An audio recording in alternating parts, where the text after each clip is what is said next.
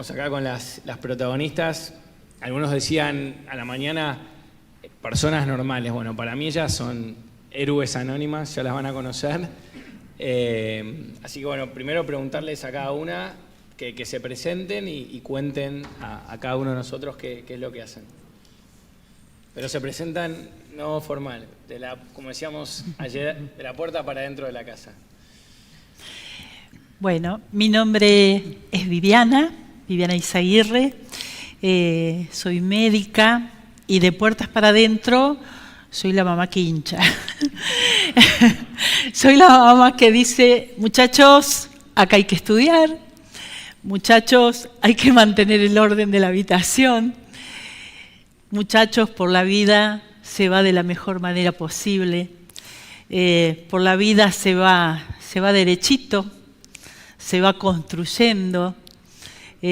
Una vez papá, que ya falleció, me dijo, el honor de una persona lleva toda una vida construirla y tirarla abajo es un segundo. Eso intentamos con mi marido, con el cual estamos casados hace 27 años, enseñarle a nuestros hijos valores, porque somos unos convencidos de que cuando tenemos valores, la vida es más fácil en la familia y lógicamente si es fácil para adentro, es fácil para afuera. Entonces, volviendo a tu pregunta, soy mamá, como cualquiera, una mamá que joroba, que sigue estudiando, que se sigue perfeccionando, que con tanta pasión, ya tengo uno casi médico y el otro en camino de, lo hemos excluido al esposo, que está en gráfica, nada que ver, y bueno, aparte la fundación. Gracias. Fer. Bueno, no sé si está prendido esto, creo que no. Bueno, ahora sí. Bueno, buenas tardes a todos. Muchas gracias por la invitación, Tommy. Bueno, yo soy Fernanda Mieres, soy abogada.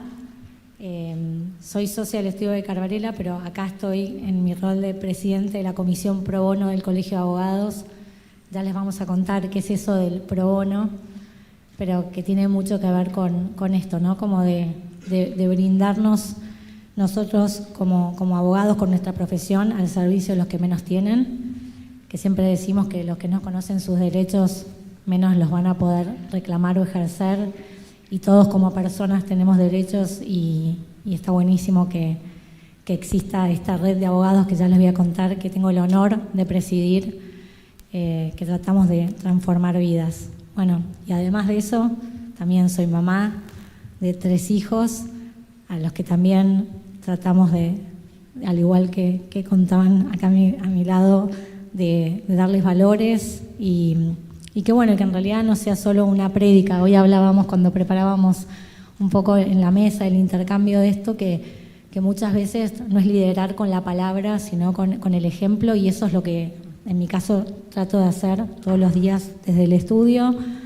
como amiga, como hija, como nieta. No sé, acabo de perder a mi abuelo de 102 años, pero que con él estuve como viviendo muchas cosas y aprendiendo mucho de sus valores y ponerlos en práctica. Así que, bueno, eso, un poco eso, para hacerlo corto, pero bueno, acá estamos. Gracias por la invitación. Marisol. Bueno, buenas tardes a todos. Mi nombre es Marisol Buy. En lo que respecta a mi vida profesional, soy docente, soy profesora de educación física y bueno, y en mi corazón está dividido a la mitad en lo que es mi vocación de servicio, que es ser bombero, y mi otra mitad, que es ser docente.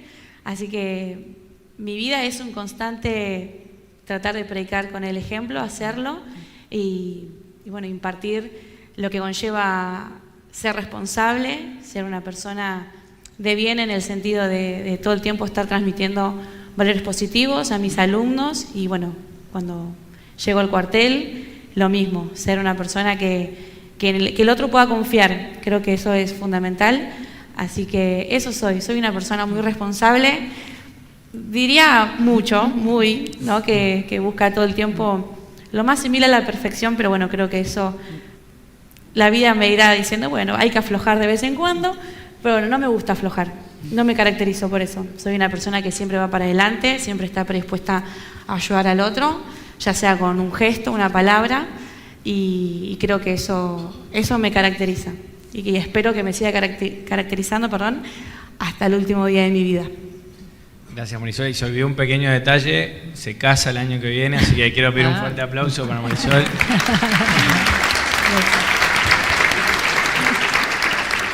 Alicia. Bueno, un pequeño detalle, te olvidé. Yo llevo 42 años casada, por eso lo sé. Que no es tan pequeño. Bueno, yo soy Alicia Galfazó, soy psicóloga, soy especialista en emergencias y desastres, en gestión de crisis. Estoy casada hace 42 años, tengo 3 hijos ya grandes, varones, y llegaron las nietas, así que han llegado las Barbie a mi vida. Tengo una nieta de 13 que ya no usa Barbie, y después tengo otra de 8. Y bueno, son el pilar de todo, absolutamente de todo lo que después vino.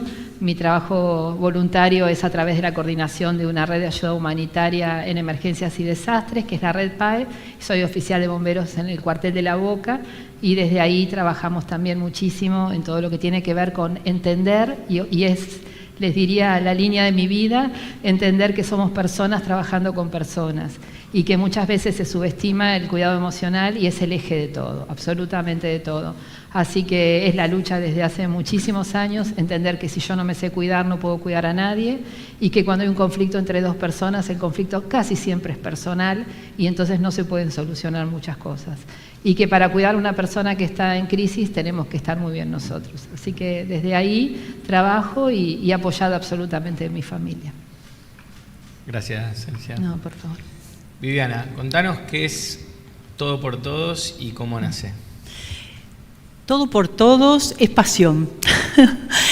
Y nace por culpa sí, exclusiva del Papa Francisco. En el 2013 mi marido quería ir a esquiar y a mí se me ocurrió que el mejor plan era ir a Río de Janeiro a la Jornada Mundial de la Juventud.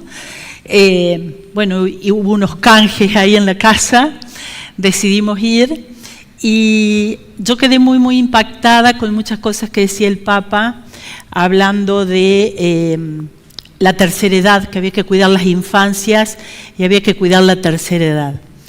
Sumado a eso, el más chico saltó la valla, le tiró un mensaje, el Papa lo agarró, se le cayó, se lo alcanzó. Bueno, nos pasaron como muchas cosas lindas.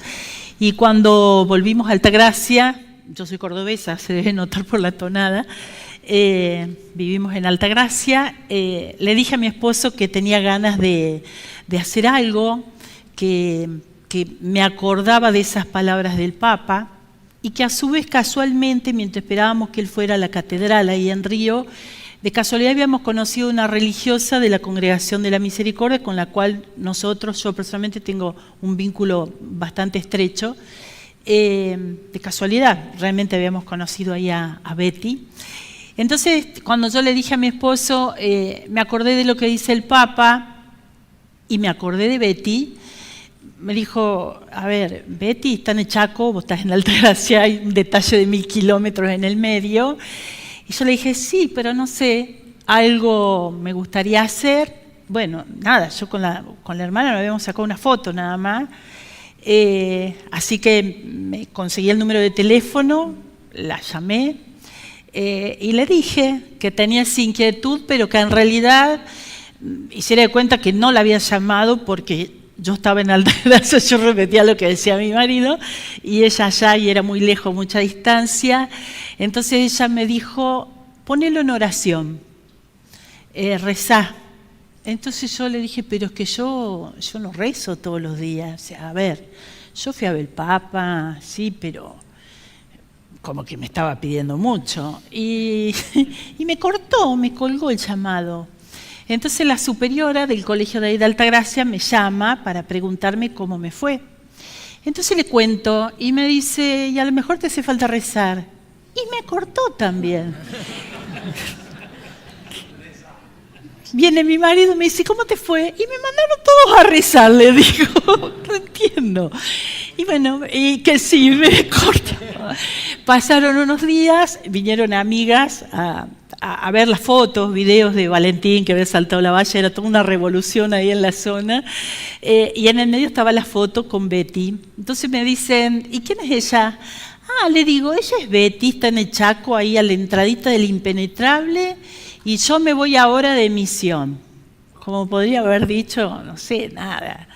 Y una me dijo, yo te acompaño. Y la otra me dijo, juntemos algo.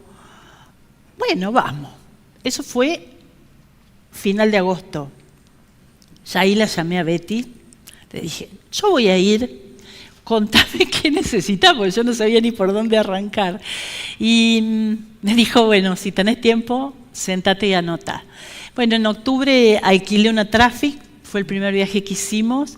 Llevé otra médica amiga, una psicóloga, una odontóloga, fue mi esposo, nuestro hijo más grande, Salvador, que es el que está ahora haciendo medicina, y un amigo. Y nos fuimos por primera vez a 7 personas al Chaco.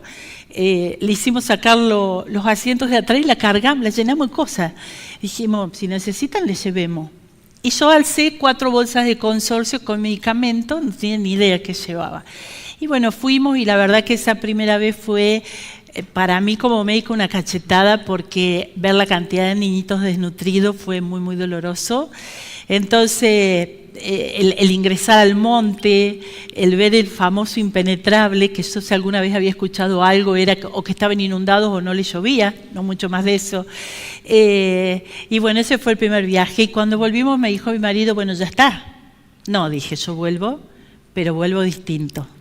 Entonces, bueno, a partir del 2014, porque eso fue en el 2013, comencé ya a armar equipos de trabajo, a buscar profesionales. Después ya empecé a poner no profesionales, porque veíamos que la comunidad en la que íbamos es una comunidad muy machista, la mujer está muy relegada, entonces arrancamos con talleres de costura, de tejido, de pintura. Entonces empecé a llevar gente que supiera no solo saber hacerlo, sino saber enseñar, saber transmitirlo. Y después fui por más, entonces armé la farmacia. Hoy tenemos una farmacia con stock propio donde llevamos farmacéuticos para que enseñen y prescriban y le enseñen a la comunidad cómo tomar un medicamento, más allá de todo lo que hay profesionales de la salud de diferentes áreas. Y bueno, y siempre voy por más. Entonces, en el medio, al tener un hijo estudiante, empezó a llevar a sus amigos y yo empecé a ver que los estudiantes se van, que la gente joven se va del país. Entonces ahí ahora ya soy la loca que los persigue para que no se vayan. Entonces los vuelvo locos con eso. Terminé firmando un convenio con 2 universidades, con la Universidad Católica de Córdoba y con la Universidad del Litoral. Entonces, ya más allá de que antes los llevábamos, como dicen los chicos de Onda, a más jóvenes, a estos operativos, ahora ya los llevamos en forma más legal, porque les sirve a ellos para acreditar horas de responsabilidad social que les piden en cada universidad. Entonces llevamos jóvenes estudiantes de medicina, de odontología, de psicología. La del Litoral llevamos los futuros veterinarios que trabajan en esta salud amplia, con todo lo que es la parte de los animales, lógicamente. Y bueno, empezamos trabajando en esa comunidad del Chaco, en Tacopozo, que es un pueblito muy, muy chiquitito, está en el límite entre lo que es Santiago del Estero y Salta, y de allí nos metemos al impenetrable, ese cuartito es nuestro, digo yo, trabajamos en conjunto con otras fundaciones. Y después me aburrí, porque ya es como que eran muchos años que íbamos y ya el desnutrido lo logramos llevar a bajo peso, el bajo peso a peso normal. Entonces, a quien nos lleva a las redes le dije, podríamos ir por más, ya me aburrí. O sea, no vamos a dejar esto, tenemos historia clínica propia, a los pacientes le hacemos el seguimiento. Entonces, dijimos, esta partecita está como ordenada, las mujeres en los talleres ya le enseñan a otras, entonces está como acomodado ese pedacito. Entonces les dije, ¿y si ponemos en las redes sociales a dónde les gustaría a lo mejor ir? Perdí cuando puse eso, bueno, salieron 200 lugares y bueno, nos decidimos por las comunidades Wichí, en Salta en embarcación, desde allí nos metemos al monte, donde vemos las diferentes misiones y ahí ya este es el segundo año que estamos trabajando. Pero bueno, más o menos eso es todo por todo. Se olvidó un pequeño detalle, recién hablábamos, no sé, en nuestra mesa de diferentes características que tienen que tener los líderes. Uno es la humildad, decíamos, y acá viene Ana, ¿no?, con su fundación, una mención en el programa Banderados de Canal 13, así que bueno, quería mencionarlo también como parte del reconocimiento hacia ella y el agradecimiento que hayas venido. Fer, contanos cómo nace el pro bono y qué es el pro bono en tu vida hoy. Bueno, en realidad el pro bono, bueno, existe desde hace muchos años, pero acá en Argentina comenzó sus pasos dentro de lo que es el Colegio de Abogados de la Ciudad de Buenos Aires. Se creó una comisión justo en el año 2001, en lo que era en plena crisis 2000-2001, cuando no podíamos ser indiferentes a todas las necesidades que había. Nosotros los abogados siempre decimos que tenemos el monopolio de acceso a la justicia, es decir, nadie accede a sus derechos si no es a través nuestro, así que tenemos como una responsabilidad enorme y en esos momentos de crisis mucho más. En lo personal, en ese momento yo tenía 25, 26 años, la verdad que dentro del estudio siempre se respiró ese ADN del servicio a los demás. En mi caso tuve varios inspiradores que hoy son mis socios, pero que en ese momento eran a quienes uno miraba. Uno de ellos es Roberto Crusel, que está ahí sentado, y que bueno, que nos alentaba un poco eso, a seguir nuestra vocación. Un poco cuando hablábamos y preparábamos este panel, uno decía, ¿por qué elegiste esta profesión? Justo a veces que nos toca hoy acompañar quizá a nuestros hijos que están en el momento de la elección y decirles, digamos, qué es lo mejor. Y en mi caso, yo siempre sentía como que el derecho, no sé por qué, me lo decía a mí misma, en ese momento no sabía por qué, era como que me iba a dar una herramienta como para hacer algo más, como que yo estaba llamada para hacer algo distinto. En ese momento yo era maestra de jardín de infantes, de un jardín de infantes, que me encantaba la docencia, pero sentía que estudiar solo eso era algo que yo lo podía llevar siempre, eso de enseñar, pero que quizá conocer el derecho, conocer las leyes, de alguna manera le iba a posibilitar a otros abrirles puertas. Y cuando conocí el pro bono dije, es esto. Hizo como mucha coherencia en mí, más allá de estar en un estudio que tiene como muchísimos valores y que es excelencia de calidad jurídica, poder aplicar todo eso hacia los que menos tienen, me pareció que me hizo como mucho sentido. Y bueno, y entré en la comisión siendo alguien muy chico y después de más de 20 años, hoy tengo el honor de presidirla hace más de 4 años. Somos más de 2.000 abogados en todo el país. No solo estamos en la Ciudad de Buenos Aires, sino que en todo el país. Empezamos también un poco, como contaba Viviana, a ponerle foco en los jóvenes, porque nos damos cuenta que ellos también tienen mucho para dar, y armamos un concurso para todas las universidades del país que se llama Desafío Pro Bono, que los invitamos a pensar una solución legal para un problema de su comunidad, un problema social de su comunidad. Y la verdad que nos quedamos maravillados cada vez que vemos los proyectos, gracias a Accenture, que nos donó también pro bono toda una plataforma que permite la transparencia de esos proyectos y ver cómo esos jóvenes quieren ser protagonistas del cambio hoy, tratando de ya con su vocación hacerle la vida diferente a alguien. Y bueno, y el pro bono viene del latín, que significa para el bien común, y un poco cuando hablábamos en la mesa de todos esos valores y que quizá tiene que tener un líder, independientemente de que uno sea líder o no lo sea, uno trata de, en su metro cuadrado, tratar de hacer una diferencia todos los días y aportar lo que sabe hacer para otros, pero sí lo que pude darme cuenta es que cada uno de esos valores que los que hablamos, siento que a través del pro bono, de alguna manera yo los fui aprendiendo. Esa cuestión de la escucha activa, del compromiso, a veces de las renuncias. Así que a veces cuando pensaba en este panel con estas mujeres tan poderosas, diciendo, bueno, ¿qué tengo yo como para decir? Pero hoy hablaba con mi hija, que justamente estudia medicina también, y hablaba y le contaba, Y bueno, nada más lindo que tu hija te diga, mamá, qué orgullo que estés ahí hoy hablando. Y quizá, ella me decía, vos quizá lo podés decir como en un ámbito empresarial, que a veces uno se siente como lejos de no ser una médica como Viviana o una bombera voluntario, como que cada uno de nuestro lugar, primero podemos dar los ámbitos en las empresas para que estas transformaciones y estas soluciones a los problemas que hay en el mundo y en nuestra sociedad en Argentina se habiliten y se puedan hacer desde nuestras empresas, que no está lejos, que si damos ese ámbito y fomentamos ese espacio, seguramente van a salir esas vocaciones y ver de qué manera damos esa solución desde nuestro lugar empresarial. Así que un poco esa es como la vuelta que di quizás desde mi rol, que si bien vamos al territorio, vos, Tommy, sabés que es así, porque sos un gran exponente y referente dentro de ACDE de lo que es el pro bono, pero bueno, de alguna manera, si bien vamos al territorio, quizá la fuerza o lo que nosotros hacemos de diferencial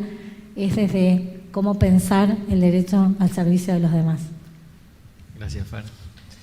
Bueno, Marisol, para los que no saben, yo hablé con ella antes, hablé con todas en realidad, pero no duerme, literal, trabaja incansablemente, combina ser profe de educación física con ser bombero. Así que Marisol, contanos vos qué es, cómo compatibilizás, qué es ser bombero, cómo nació esa vocación, así todos te conocen un poquito más. Bueno, yo cuando es chico siempre le llama la atención, ¿no? Dice, uy, el camión de bomberos cuando es chiquito, todos los niños les gusta. Yo calculo que es por la inmensidad del camión, el color, las cosas que tiene, el ruido que hace. Siempre me llamó la atención, pero siempre lo pospuse, porque dije, con lo que iba con esto de la responsabilidad, dije, no, yo tengo que estudiar, ser profe, recibirme y después dedicar mi tiempo a poder hacerlo bien, completo, concreto, esto de ser bombero. Y se despertó más fuerte aún este sentimiento de ser bombero cuando, cursando mi segundo año del profesorado, en la materia de primeros auxilios, la dictaba un profesor que era bombero. Y la verdad que nos contaba historias maravillosas. Y yo decía, wow, yo tengo que intentarlo. Creo tener las herramientas y lo necesario para poder serlo. Y si no, por lo menos lo intenté, no me quedo con el qué hubiera pasado o por qué no lo hice. Entonces, lo intenté. En el 2020, durante la pandemia, yo llamé al cuartel que corresponde a mi jurisdicción, pero por alguna razón nunca me devolvieron el llamado. No sé qué habrá pasado, no importa. Yo calculo que es por el tema de justamente de la pandemia y bueno, todo lo que nos atravesó, ¿no? Y dije, bueno, lo voy a volver a intentar al próximo año. Entonces en el 2021 volví a llamar, tomaron mis datos y me llamaron.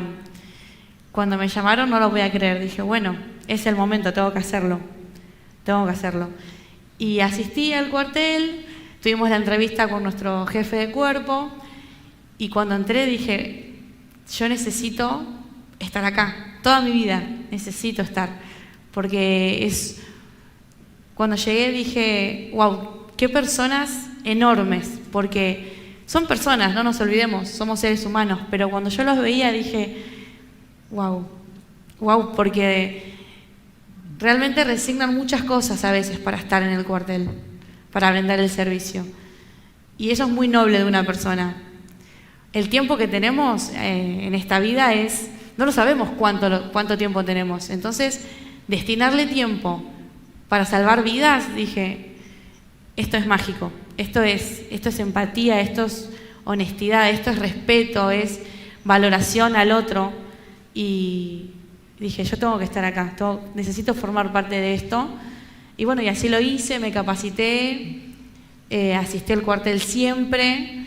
Y una vez que, nuestro jefe de cuerpo nos dijo que habíamos aprobado el examen, que nos había ido muy bien, fue muy grande la emoción, porque no quiero sacarle mérito, ¿no?, a lo que es ser docente, pero cuando me dijeron que aprobé, que me convertí en bombero, se me salía del corazón. Realmente fue mucha la emoción y lo sigo viviendo con mucha emoción. Yo llego al cuartel y me emociono de formar parte y me encanta ir a capacitación, me encanta seguir formándome, me parece que eso es fundamental y esa es la manera de lograr el cambio o de poder seguir inculcando que con un pequeño acto podemos lograr la diferencia. Tal vez a corto plazo, tal vez a largo plazo, pero el cambio surge y eso es fundamental. Entonces, y logré unir mis dos amores, mis dos vocaciones, porque dentro de bomberos es muy importante la parte de preparación física, entonces logré unirlos y lo vivo muy feliz y me encanta, me encanta. Bueno, muchas gracias por compartir. Alicia, bueno, ella es psicóloga y también, literal, salva vidas y es una gran educadora y formadora. Y hoy hablamos mucho del tema de educación, ¿no? Cómo la educación nos puede cambiar la vida, literal. Alicia, contanos qué es PAE, qué haces, cómo es tu vida hoy con PAE, qué implica la red hoy en tu día a día. Sí, cómo llegamos hasta acá. La red, bueno, es una red de ayuda humanitaria. Red PAE quiere decir primeros auxilios emocionales. Yo empecé en trabajo voluntario cuando tenía 18 años, sistemáticamente, ¿no? Antes de los 18 siempre trabajaba en algo, y mi papá me llevaba a algún lado, yo iba y siempre tenía esta cosa de querer hacer algo. A los 18 años yo venía de un colegio alemán con una formación durísima, y en el último año me pasó al Colegio Adventista de Florida. Y en el Colegio Adventista me enseñaron a sistematizar, a trabajar en comunidad sistemáticamente, a cómo se hacía. De hecho, la materia se llamaba asistencia a la comunidad. Y ahí ya está, ahí quedé enganchada para el resto de mi vida. Entendí que había que saber hacerlo, que no era solamente voluntad, pero que sí es una forma de vida, que el voluntariado, una vez que uno lo pisa, no sale más, no hay manera. Y que es fundamental negociar con la familia, que es fundamental contar con ese apoyo. De hecho, una de las fotos que irá apareciendo por ahí es justamente el primer viaje, que se llamaba Viaje a la Frontera. Tengo muchos años, eso fue en el año 81, y en ese viaje a la frontera conocí a quien es mi marido, y lo hicimos juntos, y a partir de ahí, bueno, también apareció todo lo demás. Es ese viaje a la frontera. El que está del lado de allá es mi marido, hace 42 años, y ahí comenzamos a no solo a andar un camino juntos, sino a entender de qué se trataba y a podernos acompañar en esos tiempos que uno necesita, porque tuvimos 3 hijos, el país nos llevó a tener problemas económicos gravísimos, a poder subir, bajar, como todo el mundo, y hoy, bueno, puedo coordinar lo que se llama la red PAE. Yo pude estudiar psicología de grande también, por situaciones familiares y económicas no pude en su momento estudiar. Mi primer carrera fue maestra jardinera también, y no la ejercí porque tenía que trabajar de otras cosas para poder salir adelante. Y cuando hice la carrera de psicología, sí o sí dije, tiene que ser para trabajo comunitario, no, yo para psicóloga de consultorio no era mi perfil. Entonces desde el inicio comencé a darme cuenta que había un mundo enorme que tenía que ver con la asistencia en emergencias y desastres, algo a lo que yo ya me dedicaba como podía. Entonces ahí comencé a formarme, me becaron, me ayudaron muchísimo, pude viajar al exterior porque acá ni siquiera existía. Ni siquiera se hablaba de eso, ¿no? Del cuidado emocional. Y a partir de ahí comencé a formar lo que soy la red PAE, que es una red de personas de todo tipo de profesiones, bomberos, policías, médicos, abogados, gerentes, con profesiones como ingeniería, como todo, que van entendiendo que necesitamos estar formados para ayudar a los demás, pero sobre todo algo que a mí me desafía desde siempre, que es empezar por el autocuidado. Nadie nos enseña cómo cuidarnos, todo el mundo nos dice qué tengo que hacer con el otro, qué puedo hacer por el otro, pero nadie me dice qué hago conmigo. Entonces fui diseñando un modelo de gestión y un modelo de trabajo con técnicas, con herramientas, que ese es el modelo PAE, donde nosotros comenzamos siempre el entrenamiento en cómo me cuido yo, cuál es mi límite, qué me pasa a mí, qué hago cuando llego a mi casa, cómo hago para no llevarle todo esto a mi familia, cómo hago para poder dormir, cómo hago para no seguir escuchando voces, gritos, llantos, cómo hago para acompañar a alguien a morir y no morirme yo en ese camino. Y a partir de ahí empezamos después a saber qué hago por el otro. Y como bien decían recién, para mí la formación, la educación es fundamental. Entonces nuestro modelo de asistencia no es asistencialista. Nosotros asistimos a las personas involucradas en emergencias, urgencias o desastres, pero luego les damos las herramientas para seguir adelante. Hacemos pequeños talleres, formaciones, donde no solamente vamos y asistimos, sino que dejamos después cómo pueden continuar adelante, con qué herramientas continuar adelante, y asistimos a los profesionales para que puedan cuidarse después del evento. De ahí también, bueno, mi gran pasión es bomberos, por eso también formo parte del sistema de bomberos, y trabajamos muchísimo con diferentes equipos de bomberos, entendiendo que pasa todo por la gestión de crisis y el autocuidado emocional. Si solamente nos quedamos con actos técnicos, vamos a seguir fabricando héroes, y si seguimos fabricando héroes, vamos a seguir juntando pedazos de personas por ahí. Tenemos que entender que como profesionales no podemos con todo, no sabemos todo, y que solamente construyendo equipos de trabajo es posible algo, ni siquiera lo que a uno le gustaría, algo. Entonces también apuntamos siempre a la construcción de equipos. Nosotros asistimos a través de diferentes organismos públicos que nos convocan, siempre en comunidad, no asistimos personas solas, ¿no? Asistimos comunidades para que se pueda tejer ese lazo social y que se pueda seguir adelante. Así que bueno, básicamente es eso. La red ocupa todo el país y también estamos trabajando ya en Brasil, Paraguay, Bolivia y en España. Yo soy docente en la Universidad de Málaga. Desde allí también trabajamos con refugiados y en este momento está compuesta por equipos PAE. Un equipo PAE son profesionales con el nivel más alto de formación y personas que van teniendo diferentes niveles. Y somos alrededor de 6.000 personas que nos vamos convocando y movilizando. O sea, la coordinación la tengo yo, pero a partir de, digamos, desde la coordinación hay equipos con referentes y coordinadores y bueno, eso va bajando y entonces depende de la zona que se activa por la emergencia que suceda. Por ejemplo, esta mañana nos acabamos de activar en San Martín de los Andes por las inundaciones, pues los referentes de la zona patagónica están en este momento trabajando. Entonces vamos tratando de dar respuesta de manera voluntaria y compaginando todo esto con nuestras vidas, que también hay que trabajar y también tenemos que conseguir llevar adelante la familia y bueno, pero yo creo que el eje es la pasión siempre, lo hablábamos en la mesa, no hay forma de llevar adelante nada de esto si no es con pasión, ¿no? Y la frase que yo utilizo, y la dije una vez casualmente, y es la frase que me acompaña siempre, que es que lo que nos apasiona no nos enferme, ¿no? Y creo que ahí es donde tenemos que ir encontrando siempre el límite. Esa pasión y esa coherencia tiene que ser también el límite de hasta dónde podemos y hasta dónde queremos en cada momento de nuestras vidas, ¿no? Así que bueno, por ahí vamos. Gracias, Alicia. Increíble, te felicito de nuevo. Bueno, hoy a la mañana vimos un video, ¿no?, de un poco qué nos duele de la Argentina. Y yo les quería preguntar a ustedes, que tienen una vocación de servicio increíble desde sus profesiones, pregunta para las cuatro, ¿qué les duele? ¿Qué es hoy lo que más les duele de nuestro país? Lo que a mí personalmente más me duele es la desigualdad.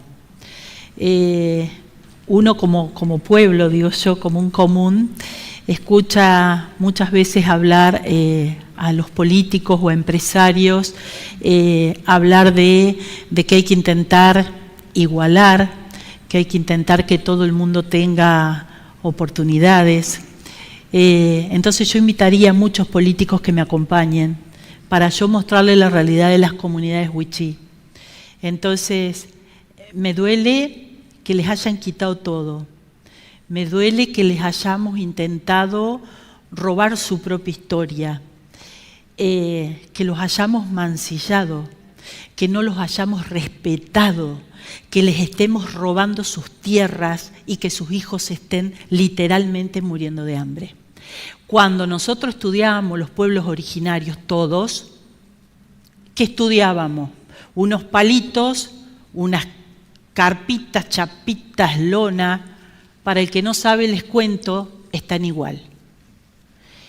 Estudiábamos que los pueblos originarios vivían de lo que cazaban, pescaban o podían sembrar. Estamos en el 2023, señores, y están igual. Estuve en el último fin de semana largo, 51 personas fuimos al operativo de las comunidades wichí. ¿Y saben por qué festejaban? Porque habían cazado un puma. ¡Un puma! Iban a poder comer un par de días. Me duele eso, porque entiendo que hay una soberbia y una mentira desde distintas clases políticas, empresariales, y que evidentemente no le tienen temor a Dios ni a nadie, porque mienten y no se cansan de mentir. Entonces, a mí nadie me la va a venir a contar, yo la vivo. Acompañamos a esa gente. Tenemos claro que no somos el Estado, pero a mí no me pueden venir a decir que no existe. A mí no me pueden venir a decir que todo el mundo tiene agua. Mentira, no tienen agua, no tienen luz, no tienen nada. Y lo poco que tienen, que es ser dueños de una tierra, porque la han vivido, porque los parieron ahí y ahí siguen estando, se las están robando. Y en el Chaco, tanto que nos llenamos la boca de hablar de esto, de cuidar el ambiente y todo, señores, están desmontando.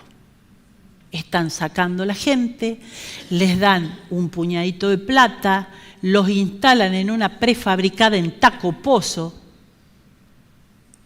le dejan al monte la caparazón y adentro están sembrando soja. Entonces, es una Argentina que podemos hacer entre todos mucho, pero desde la humildad, desde el corazón, desde el ser honesto, desde el no robar, desde el no atropellar al otro.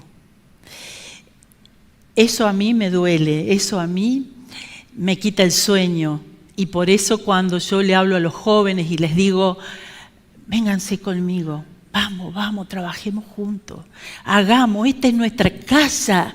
Es como cuando vos le decías a tus hijos, mantén el orden de tu habitación. ¿Y por qué? ¿Y por qué tu habitación? ¿Por qué vos dormís ahí? A ver, arreglemos la casa entre todos. ¿Por qué? ¿Y por qué es nuestra casa? Bueno, señores, la Argentina es nuestro país, y si no la cuidamos entre todos y solo nos vamos, bueno, el último que apague la luz, porque no va a quedar nadie, porque es la forma más fácil, me voy, pego una patada o critico. Yo digo, acompáñenme, vamos, ni siquiera critico, hago. Entonces, ¿qué me duele? Me duele esto, me duele el hambre, me duele que el fin de semana pasado estudiantes de medicina vinieran y me dijeran, Vivi, porque todos me dicen la Vivi, che Vivi, revisamos esta nenita y no le encontramos nada, pero que le duele la panza. Y yo la abracé así y le digo, ¿y no será hambre? Me dice, vamos, la revisamos de arriba abajo y le digo, mi amor, ¿cuándo te deja de doler la panza? ¿Cuándo como? Esas son las cosas que a mí particularmente me duelen de la Argentina. Fer. Bueno, la verdad que no puedo más que coincidir, hago bingo 100% con Viviana. Creo que nadie que no esté acá no puede coincidir con esto. Quizá para aportar también otra mirada y algo que nos toca con varios que estuvimos acá. Lo miro a Arturo, que estuvo con nosotros, y Connie Borleri. Estuvimos hace 2 semanas en uno de los penales de Florencio Varela, en un encuentro así como de empresarios con gente privada de la libertad, y creo que algo de que sacamos ahí como en común denominador es como la falta de oportunidades, como que todos tomamos conciencia de dónde partimos nosotros, que de alguna manera tuvimos, y muchas de las personas que estaban ahí estaban gracias a una empresa de triple impacto. Un poco esto pensar, ¿no? Cómo desde nuestras empresas podemos ser la solución a esos problemas que existen. Tuvimos la oportunidad de ver cómo a través del servicio de comedor se le da una formación que les va a servir el día de mañana para cuando puedan salir y no volver a delinquir, porque es lo único que conocen, lo único que saben, y darles esta segunda oportunidad. Y quizá lo que nos quedamos pensando cada uno de nosotros fue el tema de, quizá era la primera oportunidad, o sea, nunca tuvieron otra, no es la segunda, sino como que es la primera vez que se puede hacer algo distinto. Así que estar cerca de toda esa gente de falta de derechos, que no los conocen, que se conforman con cualquier cosa, de que esa manera los manipulan, la falta de identidad que vemos con mucha gente que no tiene ni siquiera su DNI. O sea, si no tenés identidad y no sabés quién sos, no puedes reclamar tus derechos. Me parece como que es algo que por lo menos a mí me interpela mucho y que es donde me llama a volver a reafirmar que tenemos cosas para hacer, de pensar en regulaciones que de alguna manera acorten toda esta burocracia. No necesitamos tantas regulaciones, sino regulaciones efectivas que realmente solucionen los problemas que tenemos y bueno, ahí de nuevo como abogados tenemos mucho para aportar. Gracias. Marisol. Bueno, a mí me duele un poco la indiferencia y el constantemente señalar con el dedo, ¿no? Como que el otro es pobre porque quiere, el otro es, bueno, si es así, problema suyo, y yo no puedo mirar por un costado. Si a la otra persona le falta algo, no puedo decir, no lo puedo culpar por justamente la falta de oportunidad, porque yo tuve la suerte de tener una familia que me acompañó, que ha dado todo por mí, pero esa persona tal vez no. Y yo creo que hoy en día es mucha la gente que está pasando mucha necesidad.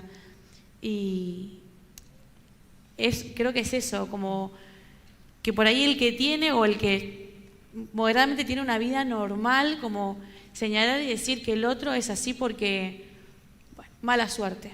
Y no es mala suerte, es como la injusticia, es algo injusto.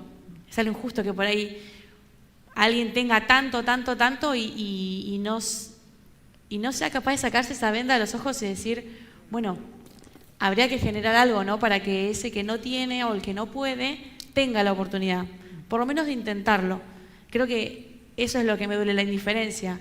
¿Cuántas veces por ahí han visto o ha pasado, acá por ejemplo en Capital Federal hay mucha gente que duerme en la calle? ¿Y qué hacemos? ¿Qué hacen? ¿Qué hacemos? ¿Cruzamos de vereda? No debería ser así. No deberíamos tener que cruzar de vereda. Deberíamos tener la herramienta para decir, bueno, por lo menos llamo a alguna red de ayuda, a alguien, hago algo, por más mínimo que sea, levanto el teléfono y llamo, si yo en ese momento no le puedo brindar la ayuda. Pero es eso, es dejar de mirar para el costado y dar por sentado de que, bueno, el otro lo va a ayudar. No, si yo lo puedo hacer. No esperar del otro. El cambio empieza cuando uno, así, chiquitito, puede hacer algo. Por eso decía hoy que el cambio puede ser a corto o a largo plazo, pero si yo actué, tengo que estar tranquilo porque hice lo que estaba en mi poder, lo que pude hacer, lo hice. Creo que eso es lo que me duele, la indiferencia y el señalar con el dedo y no decir, bueno, pero algo le está pasando a esa persona, por algo no puede, por algo no tiene los medios, como que la falta de empatía, eso también me duele muchísimo, me duele mucho. Gracias. Alicia. Bueno, después de todo esto es difícil, pero es algo que toda la vida me persiguió, que yo siento que pensar es el acto de mayor libertad que nosotros podemos tener. Y es algo que nada, ni nadie, ni en ningún lugar del mundo nos pueden quitar, ni libres, ni presos, ni en ninguna situación, es poder pensar. Y a mí me duele que vemos mucha gente que no puede pensar, porque hay mucha gente que no tiene acceso a la educación, que no tiene oportunidad de generar un espacio. Tenemos un país con analfabetismo, tenemos un país donde se pierde el interés por la formación y por la educación, donde las universidades van quedando vacías, donde cada vez, yo soy directora de posgrado en la Facultad de Medicina, donde vemos en una materia que es de las últimas, en la Cátedra de Medicina Legal, donde vemos que se reciben personas sin pasión, sin pensamiento, simplemente porque hay que hacer la carrera.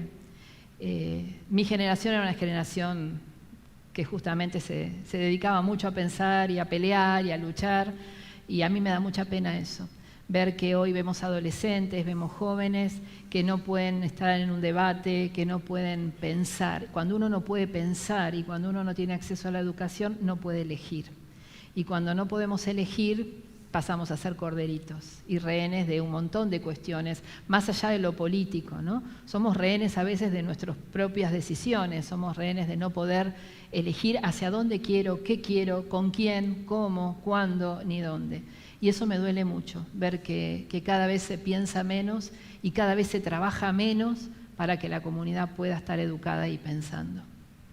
Gracias, Alicia. No, de nada. Recién leía el título, ¿no? Dice Líderes en Acción. Claramente ellas son mujeres de acción que no paran y tienen una vocación 24/7. Les quería preguntar si en algún momento cuando paran, si paran, ¿qué sueñan para nuestro país? En casa varias veces me dicen que pare un poquito. Yo sueño generar microclimas, que es lo que estamos logrando desde la Fundación. Yo a los chicos les digo, cuando digo los chicos me refiero a los jóvenes, porque es con los que yo considero que por ahí va la historia. ¿Por qué? Es como cuando llevamos a nuestro hijo al jardín y le enseñan que no podemos cruzar a mitad de calle, y vos querés cruzar a mitad de calle, ¿y qué te dice?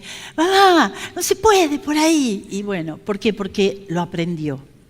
Está fresquita la historia. Entonces yo agarro a los jóvenes, a los estudiantes. Entonces yo le digo, la idea es que si vos me decís, está nevando, yo no tenga que salir corriendo a ver que me parece que no debe estar nevando. Si vos me decís, está nevando, es porque está nevando, punto.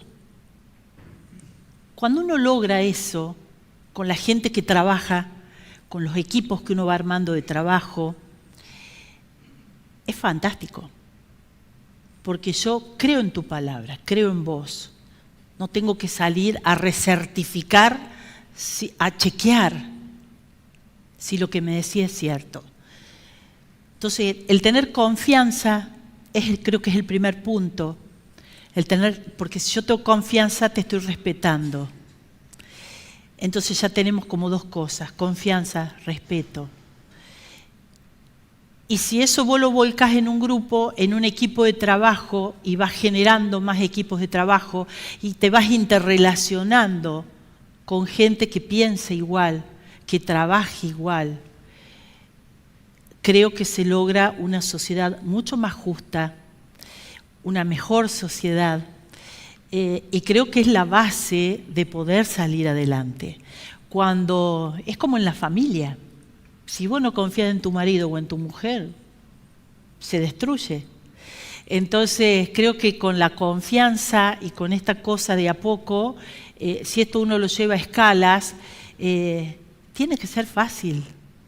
Entonces yo sueño con eso, con una confianza, con un poder confiar en el otro, con no tener que salir a chequear si la información es cierta o no. Hoy todo lo que decimos en todos los niveles, tenés que salir a chequear a ver si es cierto, porque estamos todos locos. No podés escuchar nada porque no sabés por qué es por esto, por lo otro. Tenés que salir a chequear todo, porque generalmente pocas cosas son ciertas. Entonces es muy complejo. Yo sueño con una Argentina de confianza, de palabra, que pueda confiar en vos, que te doy mi palabra y que mi palabra como la tuya sirvan de igual manera. Gracias. Farah. Yo en realidad lo que sueño es que una Argentina donde cada uno de nosotros seamos buenos ciudadanos. ¿Y qué significa eso, buen ciudadano, no? Significa tantas cosas, desde respetar nuestra Constitución como primer pilar fundamental, que como que nos hace las bases. Es tan simple, si uno lo lee, no es tan complicado, no hay que ser abogado para entenderla, y como que es el pilar de todo, no importa el tinte político, en eso estoy de acuerdo con lo que dice Marisol, es una cuestión de ser ciudadanos, ser coherentes con uno mismo, o sea, con sus valores y poder aportarlos y ponerlos al servicio de los demás todo el tiempo. Y además, también sueño con que cada uno desde nuestro lugar podamos ser la mejor versión de nosotros mismos. O sea, es como que a veces uno cree un poco lo que dice Marisol, y creo que a todos nos pasa, y quizás lo que también tenga más edad que uno, que dice, bueno, ¿cuántas veces lo intentamos? Y esta Argentina que nos desafía tanto, con tantas necesidades y con tantas cosas, que uno se cansa y volver a empezar, y van pasando los años y vemos que las cosas no van para mejor, pero bueno, existen a veces como estos microclimas, o incluso nuestras empresas pueden también serlos, y que de esa manera volvamos como a recargar las pilas para decir, bueno, este es el camino.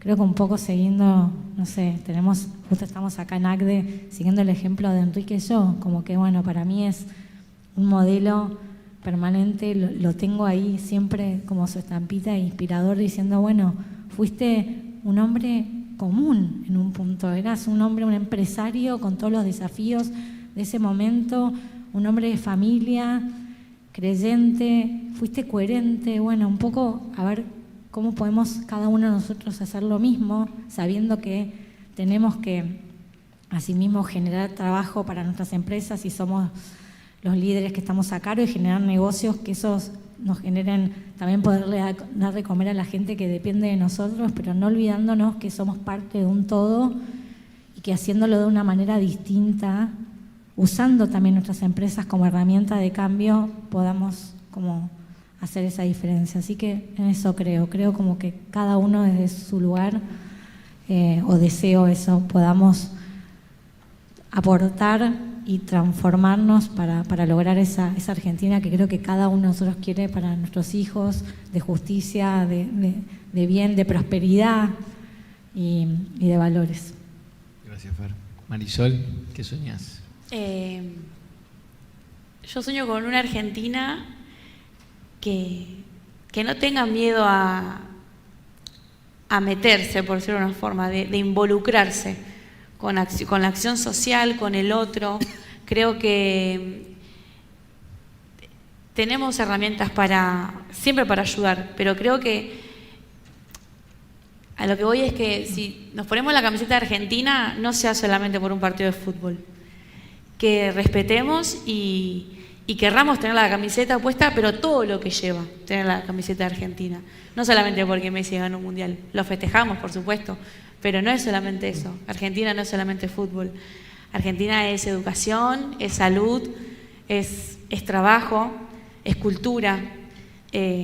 Creo en eso, en involucrarnos, en decir, yo soy argentino y amo mi país y todo lo que lleva, entonces voy a hacer toda la acción posible para que el país siga creciendo y tiremos todos para el mismo lado.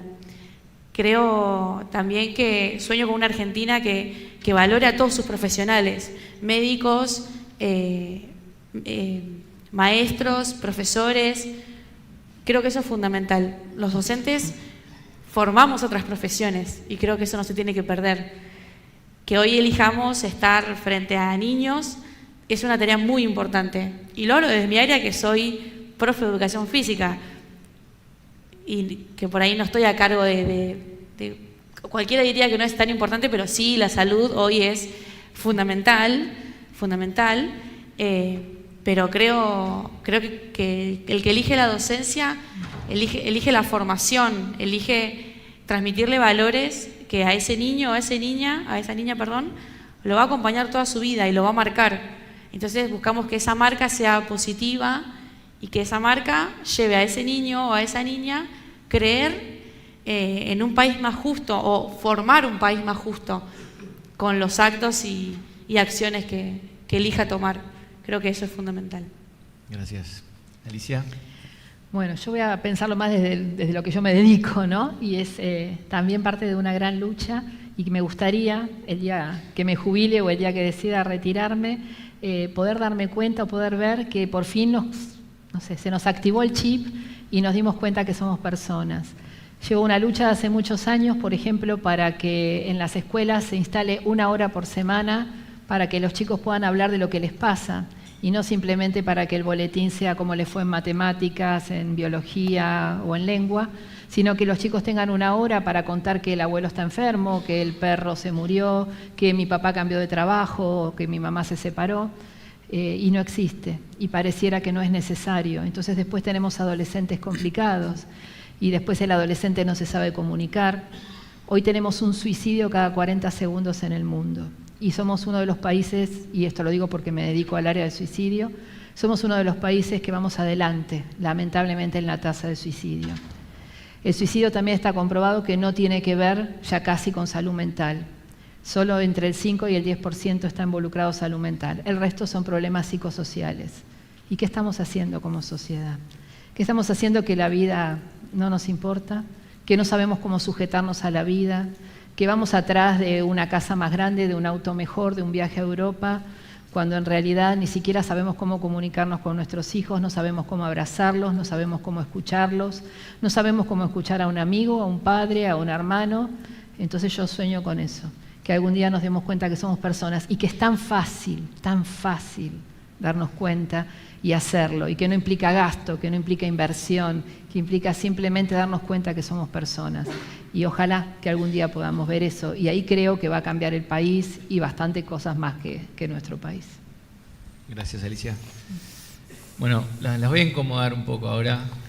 Vamos a restringir las preguntas. En una sola palabra, también pensemos todos, ¿no? Yo dije, para mí eran superhéroes anónimas. Piensen, vayamos pensando todos, un poder que quisieran tener, un superpoder, y cuál es hoy su principal miedo. Les doy 10 segundos a todos, ¿no? A ver si coincidimos con las expositoras. Y vamos a empezar con Alicia para dejarla pensar bien. Pero es trampa, ¿no? Uno solo. Un superpoder, tener más años. Quisiera tener muchos años más por delante. Y un miedo, creo que por el área a la que me dedico, es que a mi familia le pase algo, por supuesto. Estamos hipersensibilizados, ¿no? Entonces, sí, soy muy molesta con mis hijos, con mis nietas, con mi marido. ¿Estás bien? ¿A dónde estás? ¿Llegaste? Avísame, por favor. Pero basta, no me pasó nada. No, porque no me contestaste en 30 segundos y medio, y entonces es el tiempo justo en que se puede haber producido algo, y si el avión no aterrizó, por favor, ¿no? Eso. Creo que eso nos invade. Muy bien. Marisol. No lo sé. Por ahí que el día tenga un poco más de horas, porque no me alcanza para hacer todo. Iba a decir, estaba pensando. No me alcanza para hacer todo. Necesito un poco más de tiempo para ver a mi familia, un poquito más de tiempo para ir al cuartel. Creo que por ahí es el tiempo, sí. El poder del tiempo. Sí, el poder del tiempo. Y bueno, un miedo no. Ahora si lo tengo que analizar mucho. ¿Al fuego no? No, pero creo, bueno, obviamente el día de mañana me gustaría tener hijos, y por ahí mi miedo es no poder inculcarle lo que soy, ¿no? Como decir, bueno, soy una persona súper responsable que hace esto, hace lo otro, y quiero poder inculcarlo, y me da miedo eso, no poder, porque son niños. Los niños son niños. Creo que ese es mi miedo, como no poder finalizar como mi vida en ese sentido, de decir, inculcarle lo mismo lo que soy, o que lo tomen, ¿no? Me parece que va más enfocado en eso, que tomen lo que soy, que tomen lo bueno, tener miedo de que tomen lo bueno, ¿no? Porque uno siempre tiene cosas, somos humanos, podemos cometer errores, pero mi miedo es ese, por ahí que en esta sociedad, que por ahí, como habíamos hablado, no es tan justa y pasan muchas cosas, que bueno, que mis hijos no tomen lo bueno de la vida y los buenos valores. Por ahí es eso, pero bueno, voy a trabajar en que eso, que no ocurra, obviamente, que ocurra lo positivo, por supuesto. Tal cual. Recién justo hablábamos en la mesa, ¿no?, del tema de la coherencia, ¿no? Entre decir, pensar y hacer como desafío. Fer. Bueno, pensar qué podía llegar a ser, pero quizá lo que me gustaría es tener ese superpoder de convencimiento, de convencer, de que todos, de transmitir como que, bueno, este es el camino, es por acá, es difícil, pero bueno, si uno se decide a querer trabajar en forma coherente, haciendo lo que sabemos hacer, pero pensando un poco en los demás, o sea, transmitir que vale la pena, que se puede, o sea, tener ese poder, me encantaría de poder transmitir esa pasión de que hay una mirada y una forma distinta de cómo hacer las cosas. Así que eso me encantaría, como que ya solo hablar y listo, ¡ting!, los convencí a todos. Y un miedo que a veces pienso es como que, bueno, nada, esa transformación real que decíamos que haya en nuestra sociedad, quizás no llegar a verla, como esto que siento que les comentaba al principio, que bueno, tuve la bendición de tener un abuelo que estuvo impecable con sus 102 años hasta la semana pasada.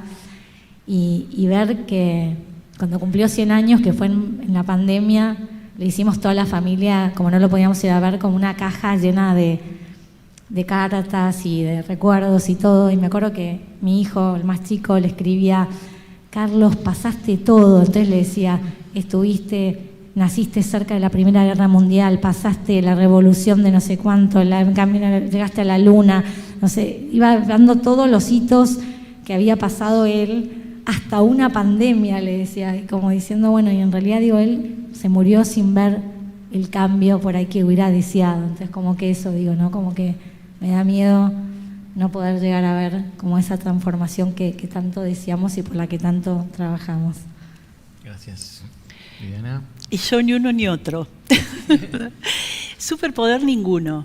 Y te cuento por qué. Porque si yo deseara tener un superpoder, se me iría la vida, tal vez tratando de encontrar o conseguir ese superpoder. Entonces, superpoder no tengo ni anhelo ninguno. Cuando quiero algo lo planteo como un objetivo y empiezo a trabajar para eso.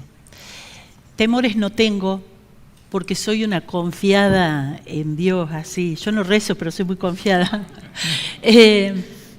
Porque cuando planifico, digo, pero a ver, si esto que estoy planificando ni siquiera es para mí, o aunque fuera para mí, pero es para un bien mayor, ¿por qué debería salir mal? Entonces yo entiendo los temores o los miedos como posibles frustraciones o posibles cosas que no dependen de mí, o sí, pero que no salgan. Entonces, como confío en que cuando quiero algo o propongo algo, algo que uno esté tratando de hacer, de que salga, si esto va derecho, ¿por qué no tiene que salir? Entonces, ¿por qué tengo que temer? Y si no sale es porque así debió ser. Bien, muy bien, me desafió la respuesta ahí. Bueno, nos quedan 9 minutos, así que en 2 minutos cada una le voy a hacer una pregunta. Estamos en ACDE. ACDE es una asociación cristiana. Independientemente, no lo hablamos esto no está preparado. ¿Qué significa Dios en su vida? Ustedes hacen una entrega gigante, digo, ¿creen en Dios? ¿Ocupa algún lugar en su vida? Cuéntenos en 2 minutos cada una qué es Dios para ustedes. Para mí Dios es el eje en mi vida. A lo largo de la vida de mi historia familiar hubo muchas pérdidas, familiares, hermanos, papá por cuestiones de vida ya, un hijo.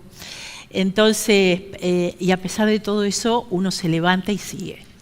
Entonces, Dios y la Virgen, yo no rezo, como digo, pero sí rezo, pero es el eje. Es el eje.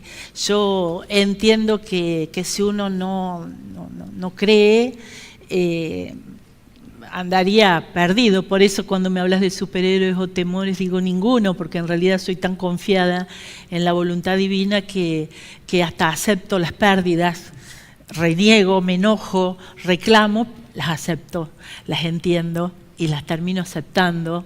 Entonces, para mí personalmente es mi norte. Creo que todos nos emocionamos con igual lo que está diciendo Vivi. Para mí también Dios, Jesús es el centro de mi vida. O sea, todos los días me levanto como diciendo, bueno, Jesús, en vos confío, ¿a dónde me vas a llevar? Como esa entrega. Y esto, ¿no? Como de ser como coherente, de vivir como Él vivió. O sea, si leemos el Evangelio y todo lo que Él hizo, tan difícil, tan fácil que parece, pero tan difícil vivirlo. Así que para mí es todo, es mi fuerza, mi fortaleza, mi refugio. También, al igual que Vivi, también tuve muchas pérdidas a lo largo de mi vida y bueno, y es como que es el centro que donde todo tiene un sentido, así que sí, es al que le entrego todos los días mi vida. Gracias, Marisol. Bueno, yo creo que Dios reparte su poder en cada uno de nosotros, porque si no, no podríamos hacer lo que hacemos. Yo creo que tiene consideración para la gente que no va a la iglesia o que por ahí no reza constantemente, que no tiene consideración porque nos sigue protegiendo. Nosotros, hablo desde mi experiencia, yo salgo en dotación, a donde vayamos, estoy pensando, digo, bueno, va a salir todo bien, nos va a ayudar, vamos a poder lograr a lo que vamos a poder salvar vidas, lo vamos a poder hacer. Y si, bueno, lamentablemente no ocurre eso, digo, bueno, confío también y tengo que entender que por algo pasan las cosas y que nos va a seguir dando fortaleza para poder continuar con nuestro servicio. Porque lamentablemente vemos cosas muy feas nosotros, pero bueno, tenemos que seguir ayudando. Gracias. Alicia.